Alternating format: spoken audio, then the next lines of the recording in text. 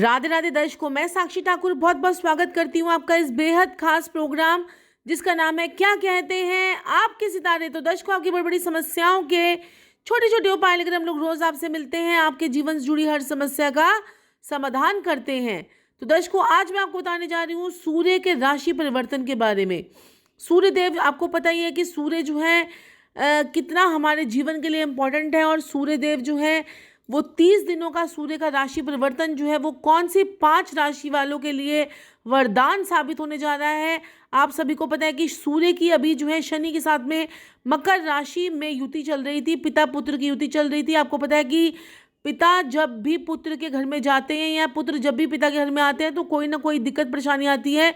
सूर्य हमारी सरकार भी है, सूर्य हमारा जो है कॉन्फिडेंस है। तो आपने देखा कि सरकार की कई नीतियों में अब आपको नए नए बदलाव देखने को मिलेंगे। लेकिन उससे पहले मैं आपको ये बताना चाहती हूँ कि सूर्य जो है वो 12 फरवरी को सूर्य जो है वो 9:11 पर मकर राशि से कुंभ राशि में राशि परिवर्तन जो है वो करने जा रहे हैं। और ये 14 मार्च तक 6:02 तक ये कुंभ राशि में ही रहेंगे। और उसके बाद जो है वो कुंभ राशि से मीन राशि में सूर्य का गोचर जो है फिर उसके बाद दोबारा होगा। तो 30 दिनों का ये गोचर आपके जीवन पर क्या बदलाव लाने वाला है, आज हम इस बात पर चर्चा करेंगे। लेकिन उससे पहले मैं आपको बता दूं कि सूर्य जो है वो आपकी ऊर्जा का कारक है। सूर्य आपको एनर्जी देता है। सूर्य आपके पराक्रम का, आपकी आत्मा का, आपके अहंकार का, आपके यश का, सम्मान का, पिता का, राजा का कारक सूर्य माना जाता है। और ज्योतिष में अगर हम नवग्रहों की बात करें तो सूर्य सबसे प्रधान ग्रह है। सूर्य एक ऐसा प्लैनेट है जिसे आप अपनी नंगी आंखों से देख सकते हैं। और जो है सूर्य आपको कितना प्रकाश दे रहा है आप सभी लोग जानते हैं। और इसे हम ग्रहों का राजा जो है इसलिए कहते हैं क्योंकि हम जो है पाश्चात्य, अगर हम देखें तो कई लोग जो है पाश्चात्य संस्कृति में सूर्य से ही जो है कई लोग जो है गोचर करते हैं और उससे ही प्रिडिक्शंस देते हैं। लेकिन हम लोग आपको चंद्रमा की स्थिति से आपको हम मून के पोजीशन के अकॉर्डिंगली हम आपको फलादेश देते हैं।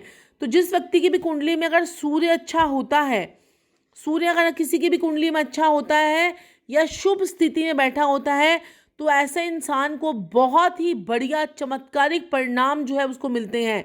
सरकारी नौकरी के योग छोटी उम्र में ही उसके खुल जाते हैं। अगर आपको अभी तक सरकारी नौकरी नहीं मिल पा रही और आप 35 साल से ऊपर के हो गए हैं तो आपको अपनी कुंडली में बैठे हुए सूर्य पर ध्यान देना पड़ेगा। सूर्य की पोजीशन देखनी पड़ेगी। सूर्य पर आपको देखना पड़ेगा कि सूर्य आपके क्या आपको फल दे रहे हैं। इसके जो है अगर सकारात्मक, अगर पॉजिटिव बैठे हुए हैं सूर्य तो आपके जीवन में मान सम्मान, सरकारी नौकरी, उच्च पद की प्राप्तियां भी आपको करवाते हैं। इसके प्रभाव से जो है इंसान के अंदर जो है उसके अंदर बहुत ज़बरदस्त जो है कॉन्फिडेंस जो है वो पैदा होता है। और उसका शरीर और उसका जो दिमाग है इंसान का वो भी सूर्य जो है उसको बहुत ज़्यादा जो है प्रभावित करता है। सूर्य की अगर हम बात करें, देखिए सूर्य जो है आपको पता है कितना सूर्य का प्रभाव हमारे हर चीज़ पर होता है। सूर्य जो है आपकी एनर्जी है, आपका पराक्रम है, आपकी सोल है, आपका ईगो है, आपका फेम है, आपका ऑनर है, फादर है, किंग है, कितनी सारी बातें मैंने आपको बता दी हैं। सूर्य जो है बहुत ही ज़बरदस्त आपको फेम दिला देता है। सूर्य अगर आपका कमज़ोर है तो आपकी हड्डियों में ये दर्द भी करवा देता है। अब हम बात करते हैं कि सूर्य देव जो 12 फरवरी को 9:11 पर सूर्य देव जो जा रहे हैं मकर राशि से कुंभ राशि में। तो जब भी मकर राशि में कुंभ सूर्य देव होते हैं तो पॉजिटिव रिजल्ट नहीं देते हैं, क्योंकि यहाँ पर मकर राशि में सूर्य आकर जो है बंदे बंदे से महसूस होते हैं। क्योंकि बच्चे की पिता के साथ में लड़ाई झगड़े और यहाँ पर जो है पिता पुत्र की नहीं बनती है तो यहाँ पर सूर्य देव जो है दिक्कत परेशानी क्रिएट करते हैं। वो खुद भी कंफर्टेबल नहीं होते हैं। और सूर्य देखिए सरकार की नीतियों में कितना ज़बरदस्त जो है आपको अब बदलाव देखने को मिलेगा। सरकार की नीतियाँ जो है वो चेंज होंगी। लेकिन उससे पहले मैं आपको बता देती हूँ कि सूर्य जो है वो घनिष्ठा नक्षत्र में जाएंगे। 7 दिन तक ये घनिष्ठा नक्षत्र में रहेंगे जो कि मंगल का नक्षत्र है। और उसके तीसरे चरण में ये गोचर करेंगे। उसके बाद सूर्यदेव जो हैं वो राहु के नक्षत्र में चले जाएंगे जो कि शतभिषा नक्षत्र है। और वहाँ पर ये पहले चरण से, दूसरे चरण से, तीसरे चरण से गोचर करते हुए फिर ये पूर्वा भाद्रपद नक्षत्र जो कि बृहस्पति का नक्षत्र है वहाँ पर गोचर करेंगे। और वहाँ पर पहले, दूसरे, तीसरे चरण से गोचर जो है वो होगा। और यहाँ पर आप देखेंगे कि यहाँ पर सूर्य में जब ये गोचर होगा तो इस समय पर बड़े बड़े बदलाव, नीतियों में बदलाव, जब सूर्य जो है मिड में होंगे तो उस समय नीतियों में बदलाव, आपको चेंजेस देखने को मिलेंगे। और यहाँ पर किसानों की नीतियों में भी बड़ा बदलाव आपको देखने को मिलेगा और कुछ शुभ समाचार भी आपको मिल सकते हैं। सूर्य कॉन्फिडेंस को बढ़ाता है, सूर्य न्यू प्लानिंग्स करवाता है, सूर्य पॉजिटिव थिंकिंग करवाता है।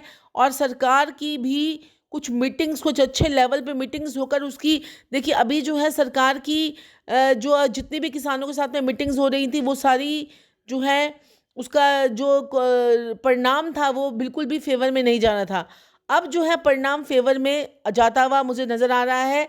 और 12 फरवरी को जो सूर्य, शनि, बृहस्पति, बुध और शुक्र की युति बनी हुई थी उसमें 4 ग्रह ही बाकी बचेंगे। सूर्यदेव जो है वो आगे चले जाएंगे और ये जो 5 ग्रहों की युति थी ये भी समाप्त हो जाएगी और ये 4 ग्रह बचेंगे। और ये 4 ग्रह जो है उसके बाद लक्ष्मी नारायण योग का, नीच भंग योग का, पशुपतिनाथ योग का, शंख योग का, रोचक योग का निर्माण करेंगे मकर राशि में। और दर्शकों, मैं आपको यहाँ पर एक और बात बताना चाहती हूँ कि देखिए 9 फरवरी को शनिदेव भी उदय हो रहे हैं। शनिदेव भी उदय हो रहे हैं और क्योंकि शनिदेव उदय हो जाएंगे, सूर्यदेव आगे निकल जाएंगे, शनिदेव उदय हो जाएंगे। और 12 फरवरी को जो है वो बृहस्पति देव भी उदय हो रहे हैं। तो यहाँ पर जब भी सूर्य के प्रभाव में जब भी कोई प्लैनेट आता है तो वो अस्त हो जाता है। सूर्य का प्रकाश इतना तेज होता है कि वो प्लैनेट को अस्त कर देता है। चलिए, अब आप सोचेंगे कि जो है साक्षी जी ने बस यही बताई जा रही है कि कौन सा ग्रह कैसे होगा, लेकिन वो राशियों के ऊपर नहीं जा रही हैं। तो चलिए दर्शकों, हम बात करेंगे अब अपनी राशि के बारे में जिसके लिए आप लोग बेहद इंतजार कर रहे हैं।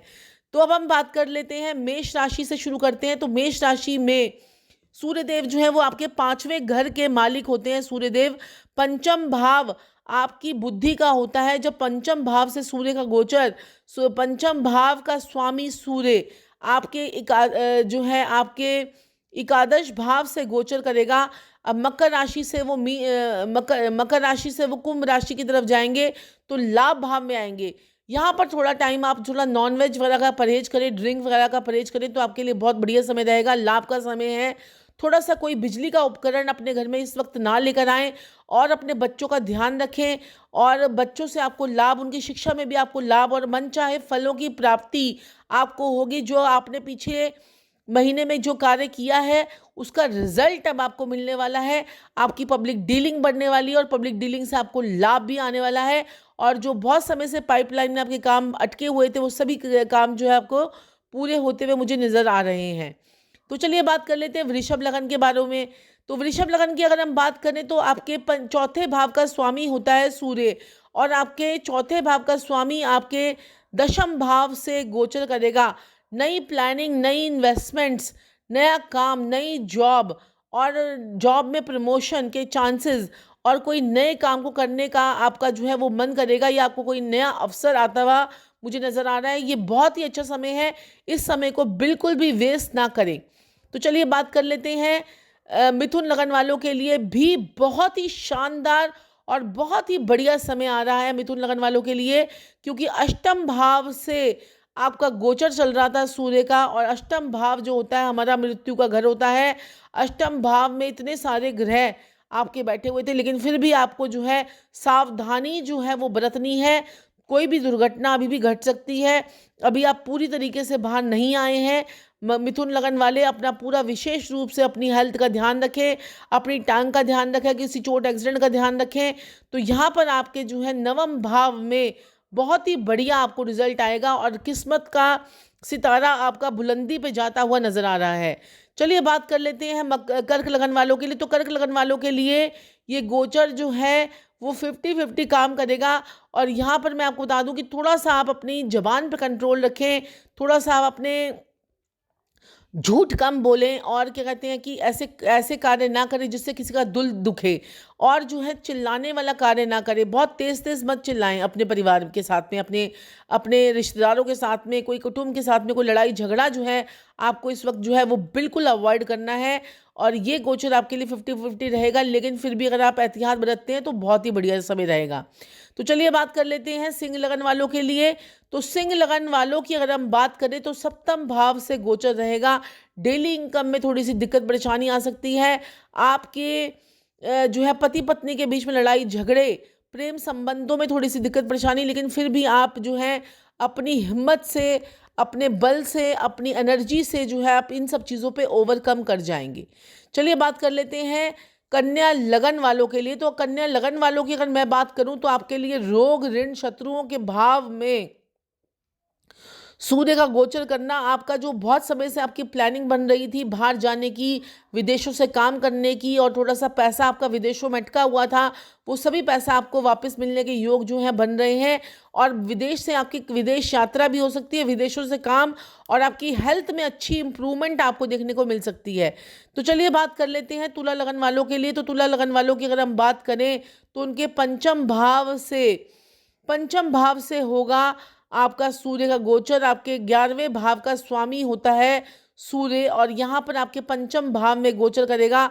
और 5वां घर आपका जो है, क्योंकि बहुत समय से आप बड़े समय से परेशान चल रहे थे, ये समय जो है वो परेशानियों से मुक्ति का है, और ये समय आपको बहुत ही बढ़िया रिजल्ट देने वाला है। आपके बच्चों से आपको खुश समाचार, अच्छे समाचार मिलने वाले हैं, और ये समय आपके लिए बहुत ही बढ़िया समय जो है आपके लिए रहेगा। आप जो बहुत समय से आपकी हेल्थ रिलेटेड इश्यूज चल रहे थे, अब मन घबराना, एंजाइटी होना, और घर परिवर्तन वगैरह के जो योग आपके बने हुए थे, वो मुझे पॉजिटिव होते हुए नजर आ रहे हैं। तो चलिए बात कर लेते हैं हम वृश्चिक लगन वालों के लिए।